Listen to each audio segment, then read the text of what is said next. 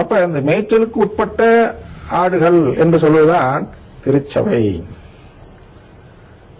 இந்த திருச்சபை தனக்கு தூய ஆவியானவர் 2000 ஆண்டுகளாக கூறியிருக்கும் கருத்துக்களை எல்லாம் எழுதி ஒரு நூலாக வைத்திருப்பதுதான் சிசிசி. இந்த சிசிசியை நம்பும் வரைதான் நாம் இந்த கடவுளின் மேய்ச்சலுக்கு உட்பட்ட ஆடுகளாக இருக்கிறோம். அதை நம்பவில்லை என்றால் சிதறடிக்கப்பட்டும் அழிக்கப்பட்டும் உள்ளவர்களாக இருக்கிறோம். எனவே முதல்ல நாம் அதை புரிந்து கொள்ள வேண்டும். எதை புரிஞ்சுக்கணும்? சிசிசி தான் இந்த மூன்றில் எது சிறந்தது என்றால், எது நாம் கடைபிடிக்க வேண்டிய சிறந்ததல்ல அப்படி இல்லை, பார்க்கல பெருசு சின்னதுன்னு. எதை நாம் கடைபிடித்தால் மீட்பு கிடைக்கும்.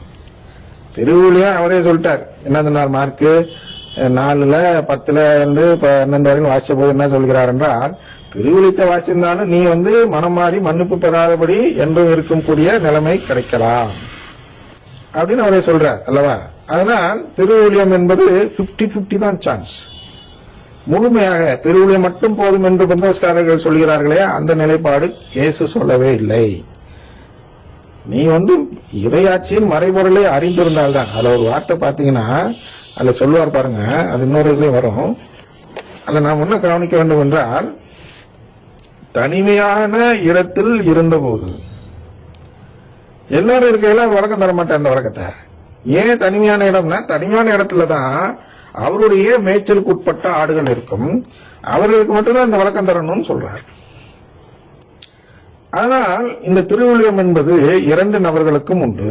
அப்படின்னா புறம்பே இருக்கவர்களுக்கும் திருவுளியம் உண்டு, அவருடைய ஆடுகளாக இருப்பவர்களுக்கும், அவருடைய மேய்ச்சலுக்கு உட்பட்ட ஆடுகளாக இருப்பவர்களுக்கும் திருவுளியம் உண்டு.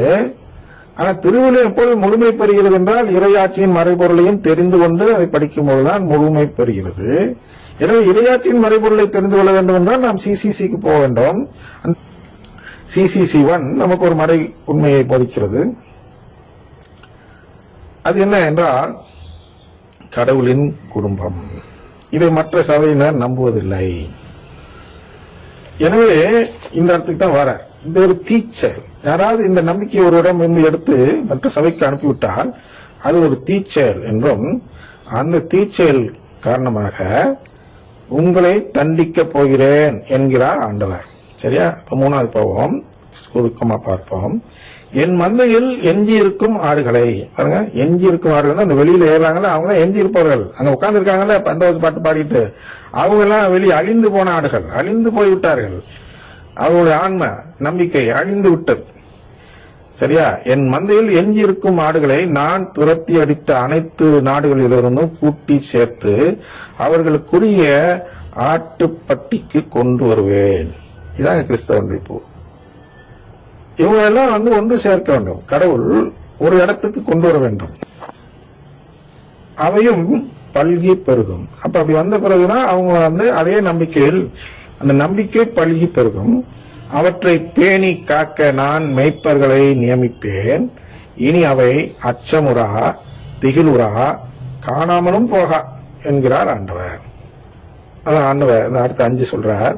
ஆண்டவர் கூறுவது, இதோ நாள்கள் வருகின்றன, அப்போது நான் தாவீதுக்கு ஒரு நீதியுள்ள தளிர் தோன்றச் செய்வேன்.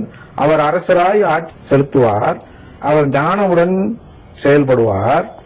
அவர் நாட்டில் நீதியையும் நேர்மையும் நிலைநாட்டுவார். அவர் தம் நாட்களில் யூதா விடுதலை பெறும், இஸ்ரேல் பாதுகாப்புடன் வாழும். சரியா? இதுதான் எது என்றால், அவருடைய மேய்ச்சலுக்கு உட்பட்ட ஆடுகள். பாருங்க, அவருடைய மேய்ச்சலுக்கு உட்பட்ட ஆடுகளாக மற்றவர்கள், அவருடைய மேய்ச்சலுக்கு உட்படாத ஆடுகள் என்று இருந்து கொண்டு அவருடைய பெயரை சொல்பவர்களாக இருக்கக்கூடிய மற்ற சபைகளை அந்த மேய்ச்சலுக்கு உட்பட்டவர்களாக உள்ளே கொண்டு வர வேண்டும். இதான் திருவுளியம் சொல்லுகிறது.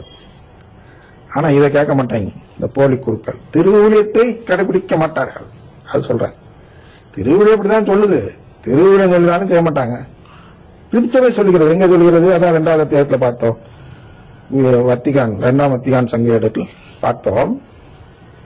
அதுவும் திருச்சபை சொல்வதுதான். அது சிசிசியோட எக்ஸ்டெண்டட் நிலை. அப்படி அதாவது சிசிசி அந்த அந்த இதுல இருந்து கருத்து எடுத்து சிசிசி சேர்க்கப்பட்டதுதான். அந்த சங்க ஏடுகள் என்று சொல்கிறோம் அல்லவா, அங்க அந்த சங்க ஏடுகள் என்பது உண்மையான தூயாவினால் எழுதப்பட்ட கருத்துக்கள். அதிலிருந்து தான் மேற்கோள் சென்ற பகுதியில் கொடுத்தோம். இப்போது மேற்கோள் எதுக்கு கொடுக்கிறோம் என்றால் திருவூழியமா குருவா. அப்ப திருச்சபை இதை அந்த சங்க ஏடுகள் கருத்து பார்த்தோம். அதுவும் இதே கருத்தான் சொல்கிறது. என்னென்றால் அவர்கள் எல்லாம் இங்கே கொண்டு வர வேண்டும்.